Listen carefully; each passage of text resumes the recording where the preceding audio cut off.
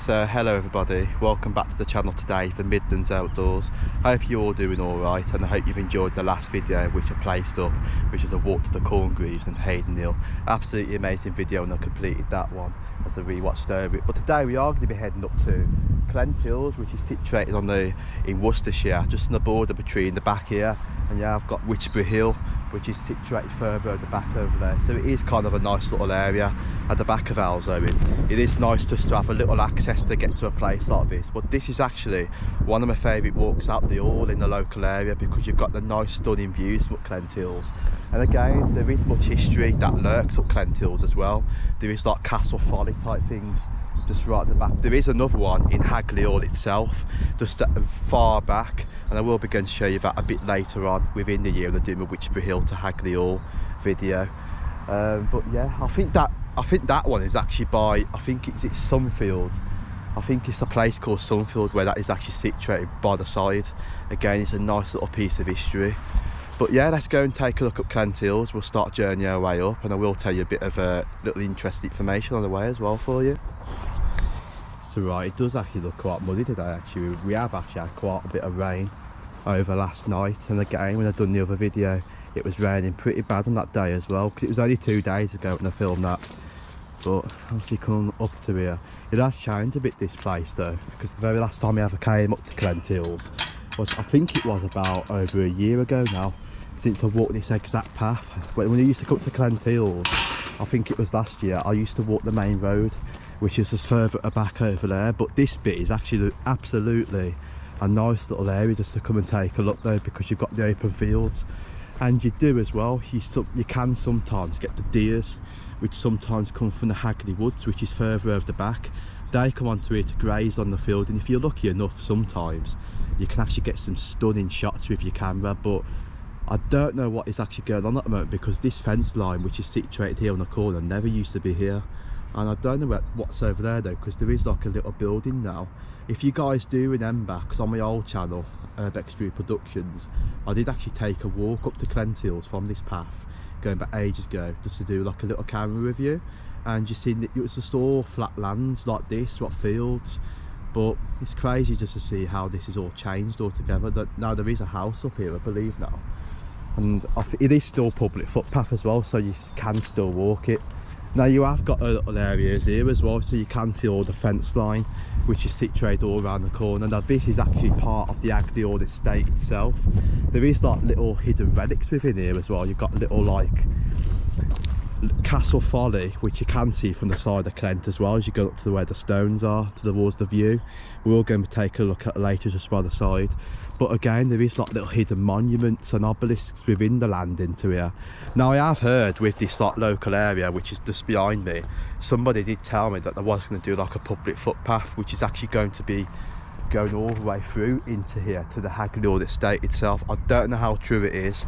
I don't know whether many other people actually know what's going on with the Hagley Park estate and the Clent Hills path itself by the side. Maybe it might not go forward. Maybe the driveway, which is just over there, is just for like a little house which is situated up to here, which you'll probably see at the moment. So yeah, so I have actually got like a little bit of information for you just to tell you along the way, just in case it's pretty much really windy at the top of Clent Hills today and it actually does block out my audio. I'm going to do some like cinematics. I've got my Nikon P950 with me. I am going to be showing some stunning zoom views as well, and how far it can actually zoom in. It is really amazing, this camera. It's so fantastic for wildlife as well, and I've spotted some really good things in the past up here with my old camera as well, which I had. So the Clent Hills lies 10 miles 16 kilometres southwest of Birmingham city centre in Clent, Worcestershire, England. The closest towns are Stourbridge and Halesowen, both in the West Midlands conurbation, and also historically in Worcestershire, like I mentioned. This area here where I am now is obviously the Worcestershire like little area as you come into the far back. And it does say here as well, says the Clent Hills consist in order from northwest to southeast of Witch Hill, Clent Hill and also Adams Hill. And you've also got the Walton Hill as well, which is further at the back, and the Calcott Hill. The North Worcestershire range of hills continues eastwards to include Romsey Hill, Wasley Hills and also Lickey Hills. Oh wow. So obviously it says here, so it's got an elevation of 315 1033 feet and a prominence of 45 metres 148 foot as well. Well, pretty interesting. So Clent Hills is a popular walking hill in the range, although it's not often mentioned because the whole area is referred to as Clent Hills. Just under 1 million visitors a year are estimated to come to Clent Hills, so you get visitors from all over the world come up to Clent Hills to take a look at stunning views.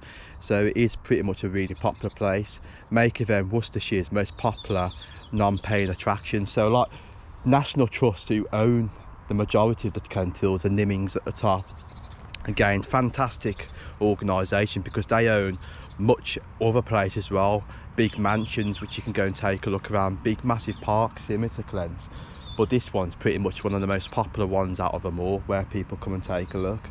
But again, there is much history lurking around within the local area as well. So if I just have a quick look for you. So it says here, Clent appears in the Domesday Book as Clinta, and may be derived from the old Scandinavian word clint, for a cliff, once part of a Mercian forest. The hills contain the remains of a multi-valley Iron Age hill fort on Witchbury Hill. Now there used to actually be a fort just situated further at the back over there where Witchbury Hill is, known as Witchbury Ring, which many of you might know what Witchbury Ring is. You can look it up as well. There used to be Roman camps also situated around the sides of Witchbury Hill just further at the back. So again, it says the Clent Hills are graced to several classically inspired architectural works from about the 1750s. Most of them are in private grounds of Hagley Park, which is just pretty much right in the gaps over there. There's like the little monument situated further up the back. And obviously Lord Lyttelton of Hagley Park constructed the Witchbury obelisk on Witchbury Hill in 1758. Oh wow, pretty much interesting information there for you guys. So which is visible for many miles, so you can actually spot Witchbury Hill from parts of Worcester, Malvern Hills. You can see Witchbury Hill obelisk as well. And if you've got a camera like mine from there, you can zoom in pretty far into the land, which is over there as well. So the Clent Hills are also known for their role in the legend of St Kenelms, who was murdered on a hunting trip at the north-eastern slopes of Clent Hills in 821 AD. Now again, this ties into more interesting information. Now St Kenelms, which is situated further over the back where Uffmore Woodland is, you've got the source of the River Stour, which starts at St Kenelms by the church. Now the I think it was what I just mentioned as well. So obviously he was murdered there. He was murdered right at the spot where the St Kenelms river source is. There is actually a plaque there telling you about the Prince of Mercia, of where he was actually murdered. So the summits of the two largest hills, Clent Hills and Worcester Hill, are now property of the National Trust. Clent Hills was commonly managed by the Board of Conservators from 1881 to 1959. Worcester Hill Common became regulated common land under the Commons Act of 1899, and in 1935 both commons where woodlands between them were given by Worcestershire County Council and the Bromsgrove Rural District Council to the National Trust in 1959. So you can see all the information there, which is pretty much really interesting, tying to how National Trust got their hands on Clent Hills and Nimmings itself, dating back quite way back a bit actually. But again, there is so much more information over here as well, so much about Worcester Hill, so you can look it up. If you just type in Clent Hills, you'll find it on Wikipedia, tell you about Worcester Hill, legends of St Kenelms as well, and also bits of information about Hagley or the Witchbury Hill itself. So let's keep on journeying our way up to Clent Hills now, up this path, and we'll just keep journeying on and see what we can see.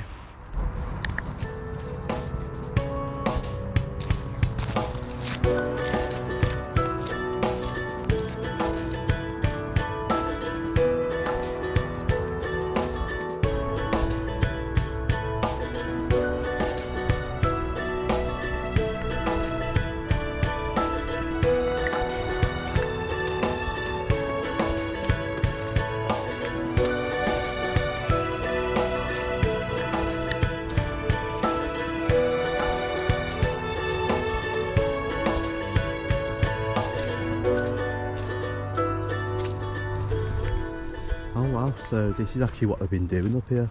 So you can see there's like a load of tarmac, and I believe this is the potential car park when the place actually opens up to the public, which you can just see right here, look, in the depths over there. So you can see where the road actually comes up. Now that's right behind me right now, but it's actually never used to be at one point, which you can see. If I just have a quick look, you can pretty much see over there where this new place is actually going to be and where it's going to open up to the public. Look, just over there where the building is.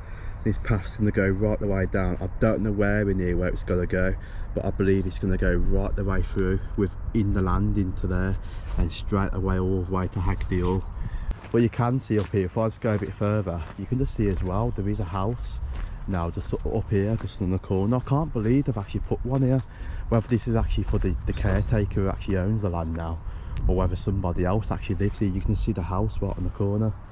But this used to be completely empty land. It used to be flat, like with all the grass, the tree line going at the back as well, big fencing line going all the way down the bottom of here. So you can just see how much things change over time as well. So I thought I might just mention that to you.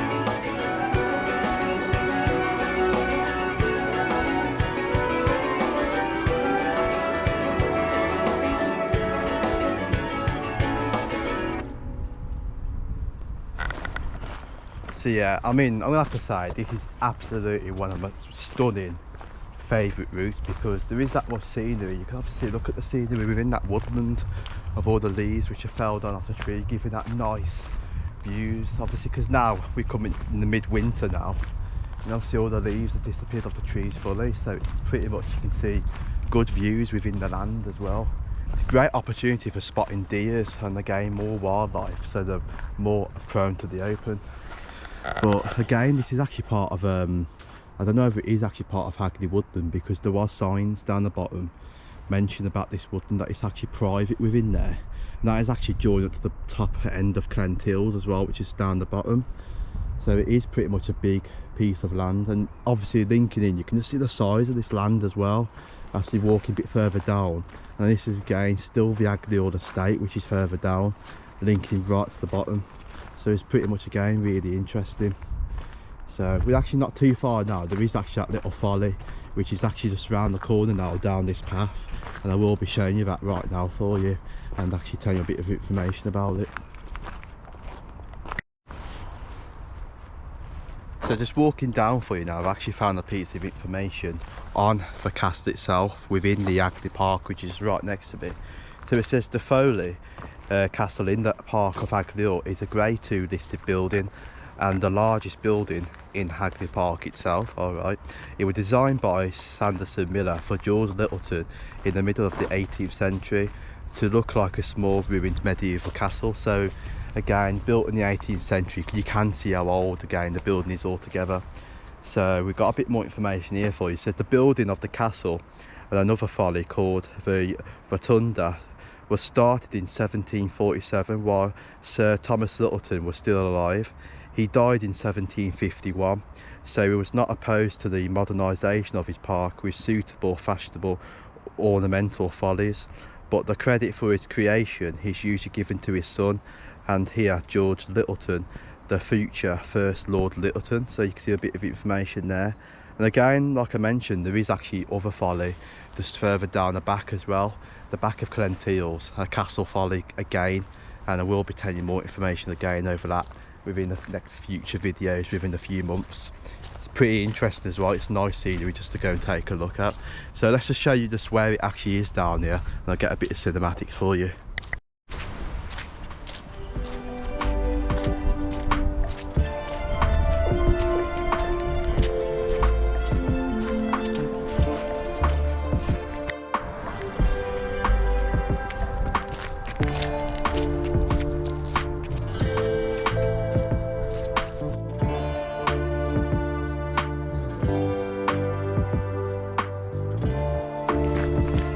So yeah, so we're actually not coming too far now to where that folly type castle is.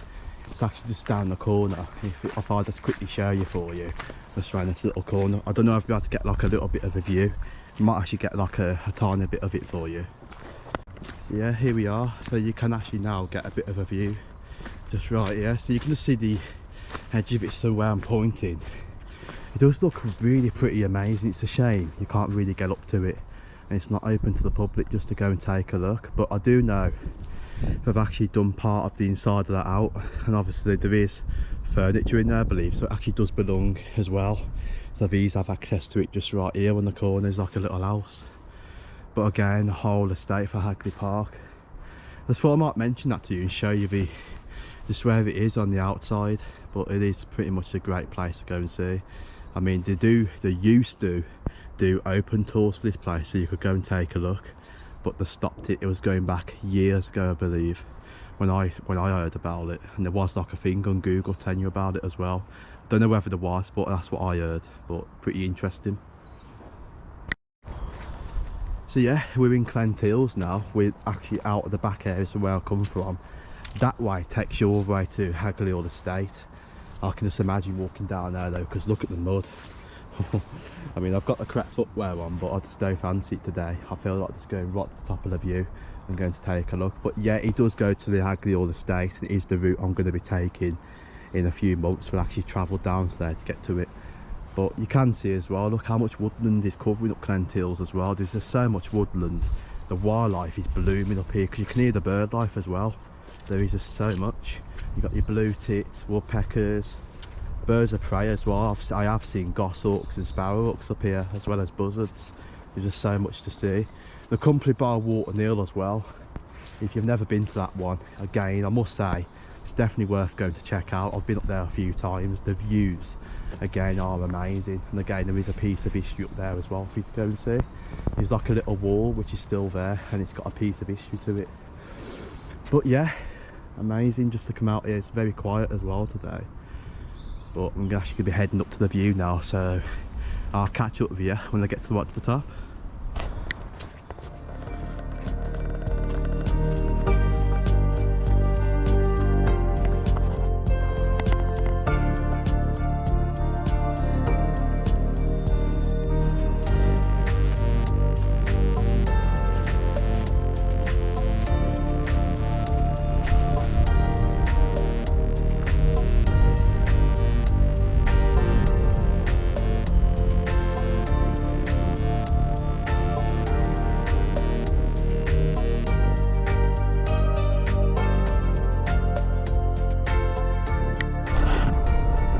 So here we are, we've actually made it to the top of Clent Hills where the view is now, and you can see, look at the views in the distance.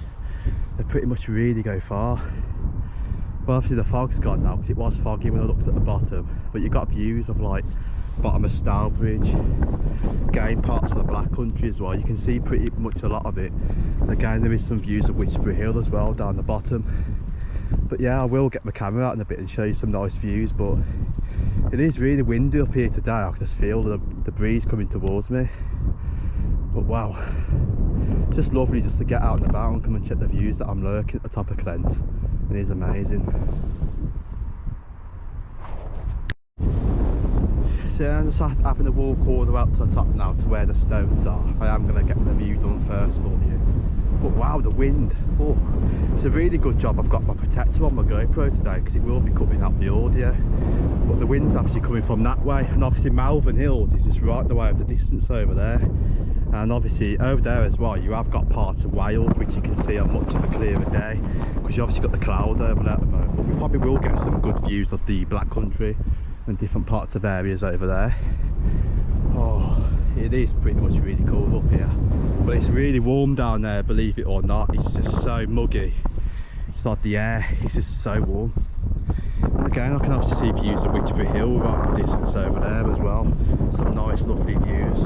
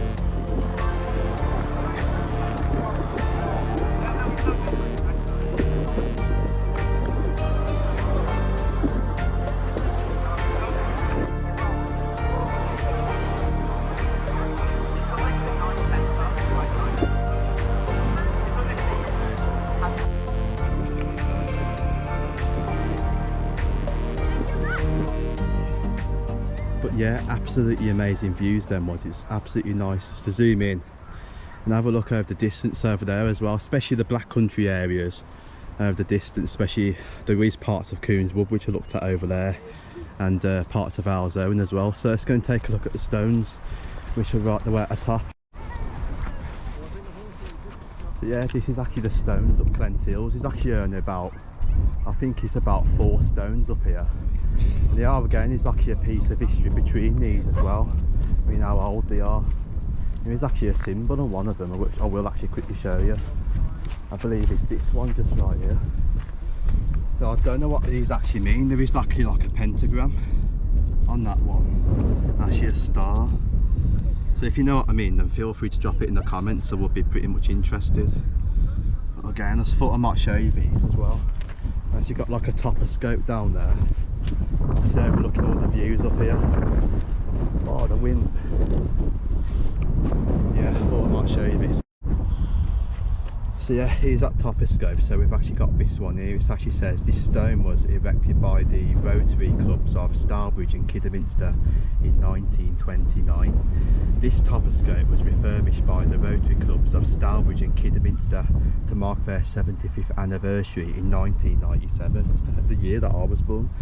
But you can actually see here as well, we've actually got the stuff on here which is telling you all the locations of where the places are. There is one of these as well in Baggeridge, if you've ever seen it up there. I have got it in a very old video when I went up to go and take a look.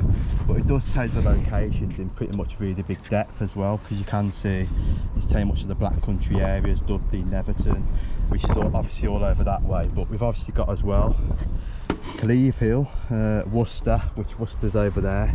Like I mentioned as well, you have got some fantastic views of Worcester, the Malvern Hills, which are right the way in the distance as well. Pretty much really fantastic. But there is actually other places as well onto here. And obviously you've got Stourport, which is just down there on the corner. Woodbury Hill, I don't know what that place, Hagley, yeah, Hagley. And Kidderminster, Kidderminster's just right the way over there, round point.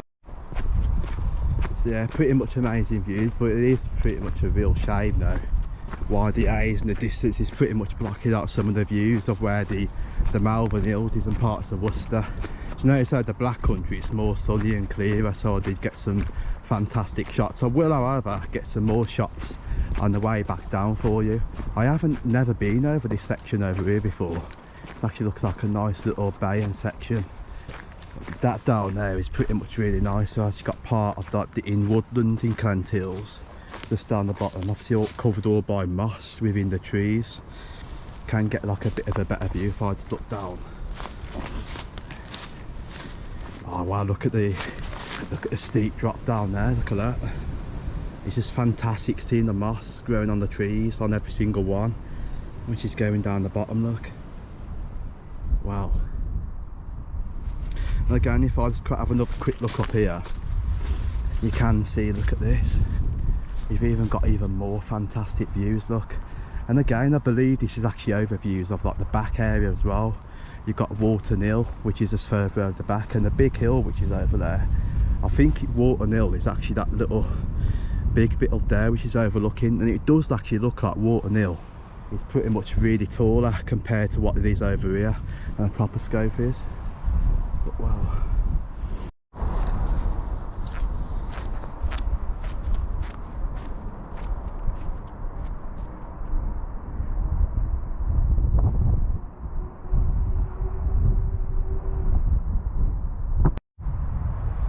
But yeah guys, absolutely stunning views. I mean, you can obviously see it as well with the sun that's coming out of the clouds in the distance. I did get a bit of views earlier of that. And you see over there, it's still a bit more murky over in the distance. So it was hazy a bit, so I couldn't get a bit clearer views for you.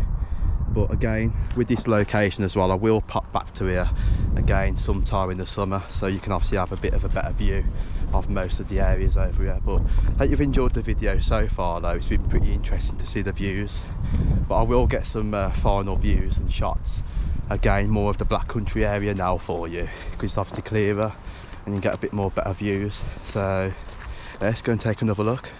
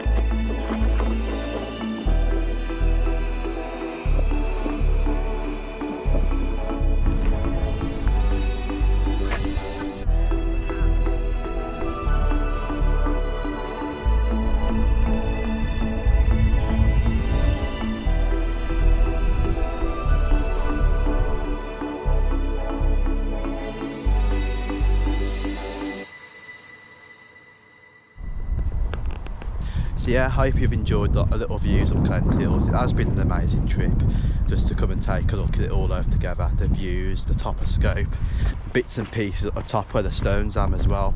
I will come back again in the summer. It is way too windy up here, guys, today to film full lengths at the top. I mean, it's going through my ears as well. I'm coming down for the cold breeze as well. It's getting colder the more I'm up here. But I'm going to head back down now. I'm going to go the route I come, which is down by the Folly Castle, back down and then through. I will tell you a bit of more interesting information when I get down there, especially about the stones. I will give you a bit of brief about them in a minute, because I couldn't tell you up there because of the wind. But I will also tell you about something interesting as well, about a cold case murder which happened within the woodland, which is further at the back.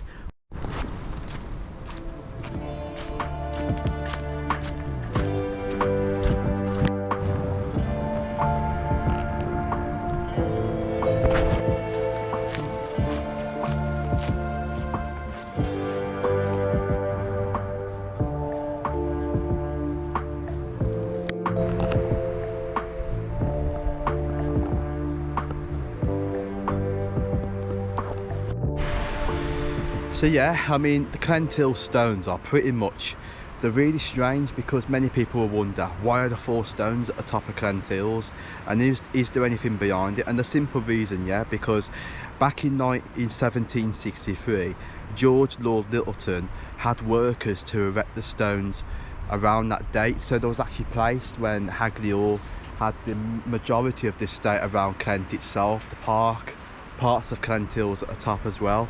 And again, there is like, people seem to find like it's a megalithic site from prehistory, and obviously a mystical site. So there's many wonders to about the 4 stones and why they're actually there. But again, the 4 stones actually give wonderful views when the sun's setting and rising from Clent Hills and the beams are coming down, especially the shadows from the stones as well when the sun's setting. It is pretty much really amazing. There are some fantastic photos which I've seen up Clent Hills of those, but there is mysteries around this area again, especially the one that I'm going to tell you now within the woodlands, which is known as Hagley Woods.